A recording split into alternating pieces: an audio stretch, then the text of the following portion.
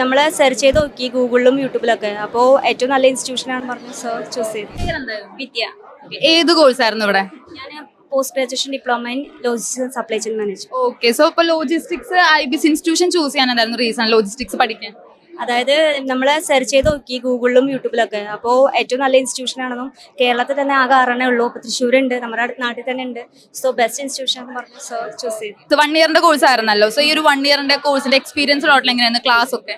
Class ഞാൻ ആദ്യം കുറച്ച് മാസം ഉണ്ടായുള്ളൂ. പിന്നെ എനിക്ക് ജോബ് കിട്ടി ലോജിസ്റ്റിക്സിന് തന്നെ. എനിക്ക് ഓൺലൈൻ ക്ലാസ് ആയിട്ട് ഇവർ സപ്പോർട്ട് ചെയ്ത കാരണമാണ് എനിക്കിപ്പോൾ ഗ്രാജുവേഷനിലേക്ക് എത്താൻ പറ്റിയത്. സോ ഏറ്റവും കൂടുതൽ സപ്പോർട്ട് ചെയ്ത ഒരാളായിരുന്നു? സപ്പോർട്ട് ചെയ്തത് എനിക്ക് എന്നെ പഠിപ്പിച്ച സാറുമാരാണ്. പിന്നെ ഓൺലൈൻ ക്ലാസ് ആണെങ്കിൽ നല്ലോണം സപ്പോർട്ട് ചെയ്തു. സോ ഇപ്പൊ ഈ ഗ്രാജുവേഷൻ മൂമെന്റിൽ നിൽക്കുമ്പോൾ ശരിക്കും എന്താ തോന്നുന്നത്? ഭയങ്കര പ്രൗഡ് ഫീൽ ഉണ്ട്. കാരണം കല്യാണം കഴിഞ്ഞ് 2 മക്കളായി. അതിന് കുറേ വർഷം ഗ്യാപ്പ് ഉണ്ട്. അതിന് ശേഷം സ്റ്റാർട്ട് ചെയ്യാൻ പറ്റി. എൻ്റെ ഹസ്ബൻഡിനും മെയിൻ താങ്ക്സ്.